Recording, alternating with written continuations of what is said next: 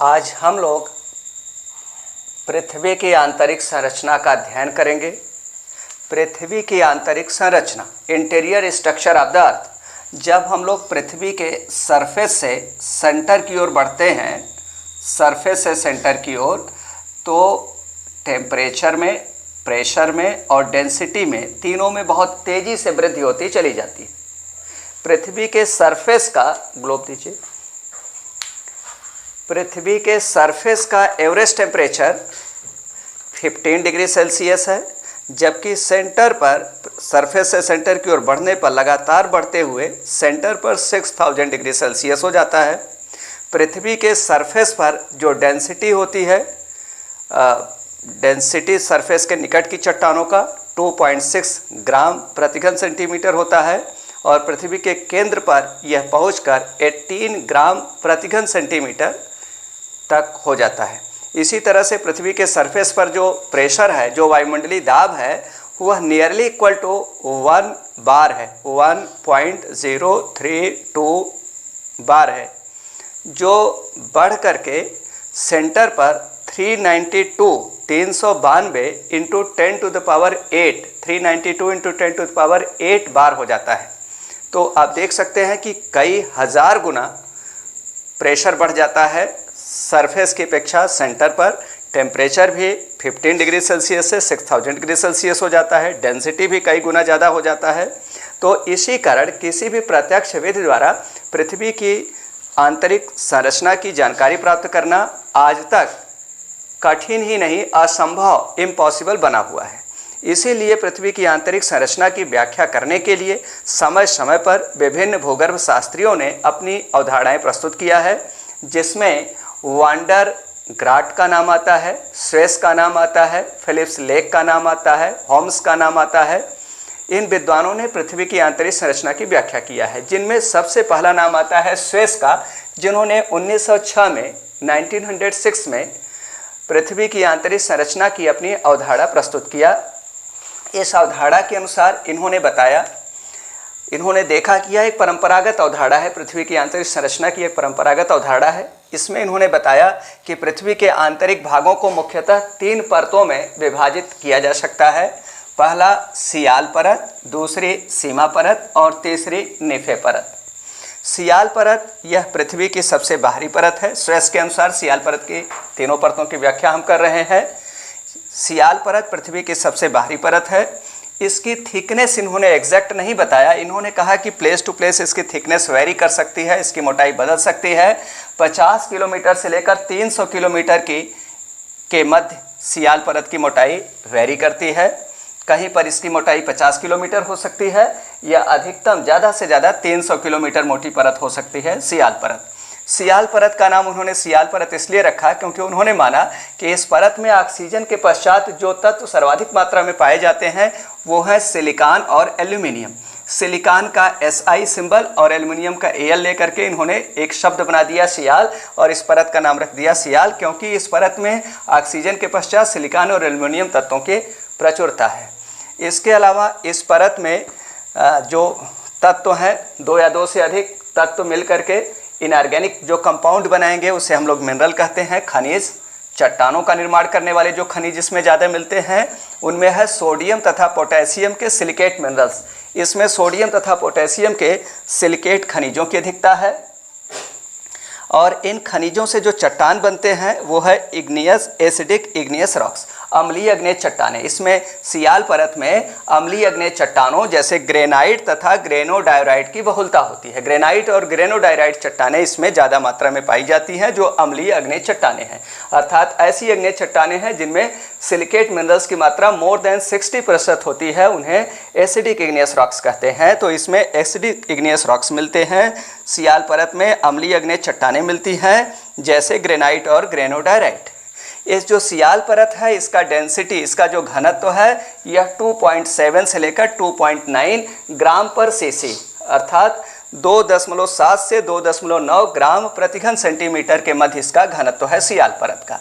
Suez ने माना है कि सियाल परत में रेडियोधर्मी पदार्थों की अधिकता है और रेडियोधर्मी पदार्थ अल्फा बीटा कण और गामा किरणों का एमिशन सतत करते रहते हैं, गामा किरणों का उत्सर्जन लगातार करते रहते हैं, किंतु फिर भी गामा किरणों की ऊष्मीय ऊर्जा बहुत ज़्यादा होती है, तो इस परत का तापमान बहुत ऊंचा हो जाना चाहिए।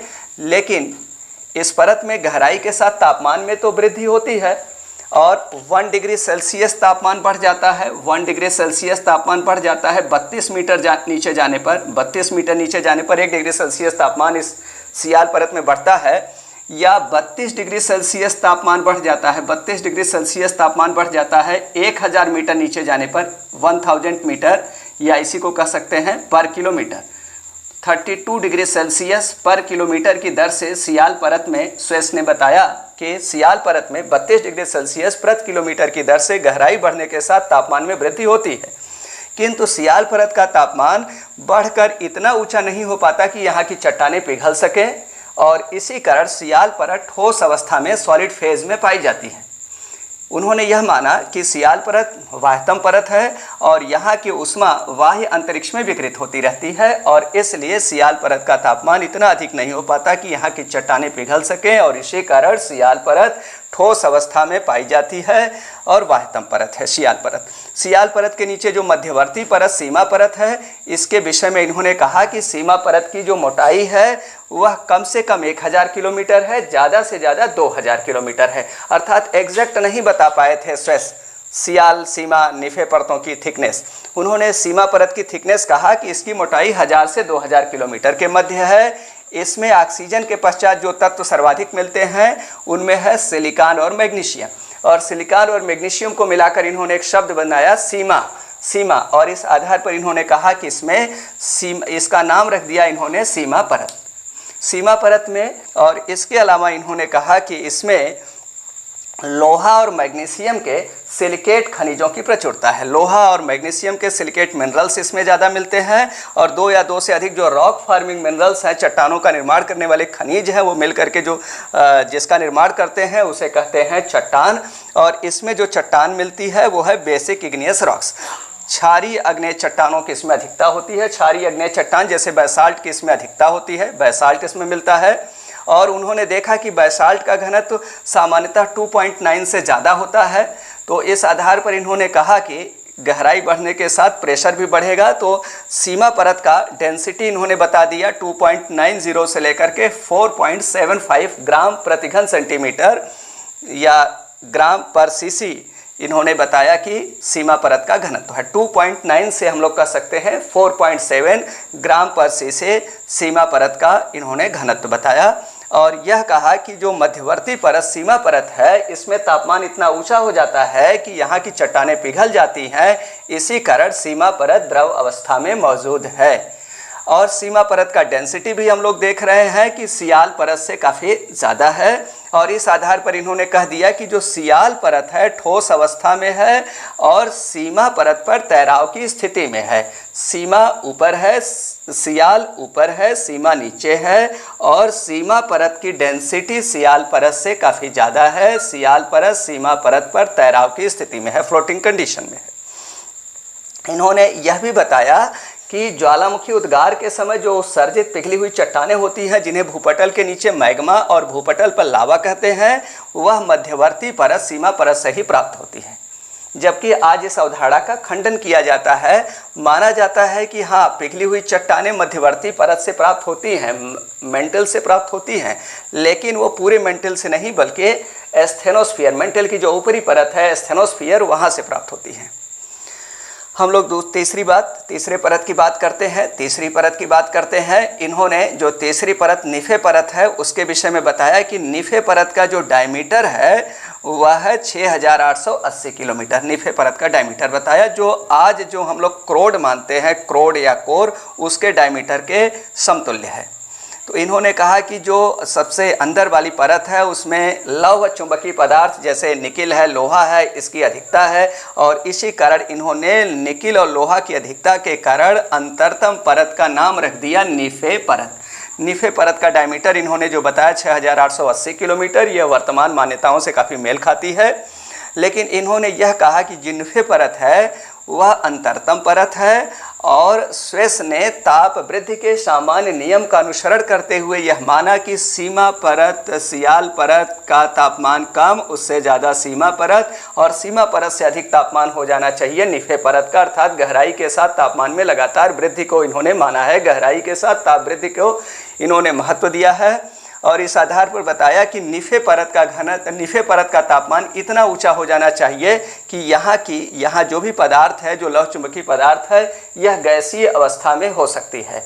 लेकिन फिर इन्होंने कहा कि गहराई के साथ न केवल तापमान में वृद्धि हो रही है बल्कि गहराई के साथ दबाव में भी वृद्धि होती चली जा रही है। पृथ्वी के सरफेस से सेंटर की ओर बढ़ने पर प्रेशर भी बढ़ता जा रहा है और इसलिए यह भी संभव है कि निफे परत द्रव अवस्था में हो। स्पष्ट है कि निफे परत की प्रावस्था के विषय में स्वेस कन्फर्म नहीं थे कि निफे परत द्रव अवस्था में है या गैसीय अवस्था में है, गैसियस फॉर्म है निफे परत का या द्रव अवस्था है, इसके विषय में स्वेस कन्फर्म नहीं थे। उन्होंने यह माना है कि जो निफे परत की डेंसिटी है वह 11 से 12 ग्राम प्रति घन सेंटीमीटर है। 11 से 12 निफे लेयर की डेंसिटी को क्या माना है, 11 से 12 ग्राम पर सीसी माना है स्वेस ने निफे परत की डेंसिटी को, जो वर्तमान मान्यताओं से काफ़ी मेल खाती है। इन्होंने यह कहा कि जो निफे परत है वो अत्यधिक उच्च दबाव पर है और इसमें लौह चुंबकीय पदार्थ है। संभवतः इसी कारण पृथ्वी एक चुंबक की भांति, जो पृथ्वी है ये चुंबक की भांति व्यवहार करती है और चुंबक पृथ्वी का जो उत्तरी और दक्षिणी चुंबकीय ध्रुव है वो भौगोलिक ध्रुव से 11.5 डिग्री के एंगल पर झुका हुआ है। ये पृथ्वी का उत्तरी ध्रुव है, भौगोलिक उत्तरी है, भौगोलिक दक्षिणी है। भौगोलिक उत्तरी और भौगोलिक दक्षिणी को मिलाने वाली जो एक्सिस है उससे एक 11.5 डिग्री से अलग एक एक्सिस है जो चुंबकीय नॉर्थ और साउथ को मिलाती है। तो इस प्रकार पृथ्वी जो एक क्षण चुंबक की भांति, रॉड मैग्नेट की भांति व्यवहार करती है, उसका कारण स्वेस ने बता दिया कि निफे परत में लौह चुंबकीय पदार्थों का उच्च दबाव पर मौजूद होना, निफे परत में लौह चुंबकीय पदार्थों का उच्च दबाव पर मौजूद होना पृथ्वी के चुंबकत्व का कारण है। अब हम लोग ये देखते हैं कि स्वेस की अगर आलोचना करते हैं तो इसमें हम लोग ये कह सकते हैं, पहली आलोचना तो यह है कि स्वेस ने सियाल और सीमा परतों की सही मोटाई, जो आज भूकंप तरंगों के प्रकाश में परतों की मोटाई देखी गई है, उसके अनुसार नहीं बताया था। अर्थात सियाल और सीमा परतों की सही मोटाई बताने में स्वेस असमर्थ थे।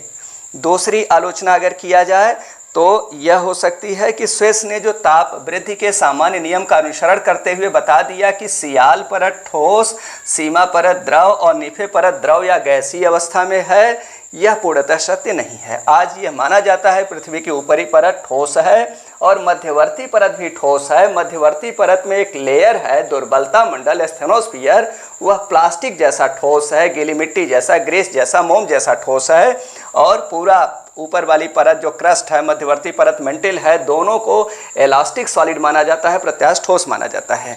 और स्वेस ने निफे परत को द्रव या गैसीय अवस्था माना है, जबकि वर्तमान समय में निफे के जगह पर हम लोग क्रोड या कोर परत को मानते हैं और कोर या क्रोड का बाहरी भाग द्रव अवस्था में है, लेकिन आंतरिक क्रोड ठोस अवस्था में है। बाह्य क्रोड तो द्रव अवस्था में है, आंतरिक क्रोड ठोस है, जिसको स्वेस नहीं बता पाए थे। फिर भी स्वेस ने जो पृथ्वी के घनत्व, पृथ्वी की विभिन्न परतों का जो घनत्व बताया है, डेंसिटी बताया है और जो संघटन बताया है, कंपोजिशन बताया है, वह वर्तमान मान्यताओं से मेल खाती है और इसी कारण आगे के सभी अध्ययनों में स्वेस द्वारा प्रस्तुत पृथ्वी की आंतरिक संरचना की अवधारणा एक संदर्भ बिंदु के रूप में कार्य करती है। आगे के जितने भी होम्स हैं, वांडरग्राट हैं या फिलिप्स लेक हैं या भूकंप तरंगों के प्रकाश में पृथ्वी की आंतरिक संरचना का जो अध्ययन है, उन सभी स्टडीज़ में, अध्ययनों में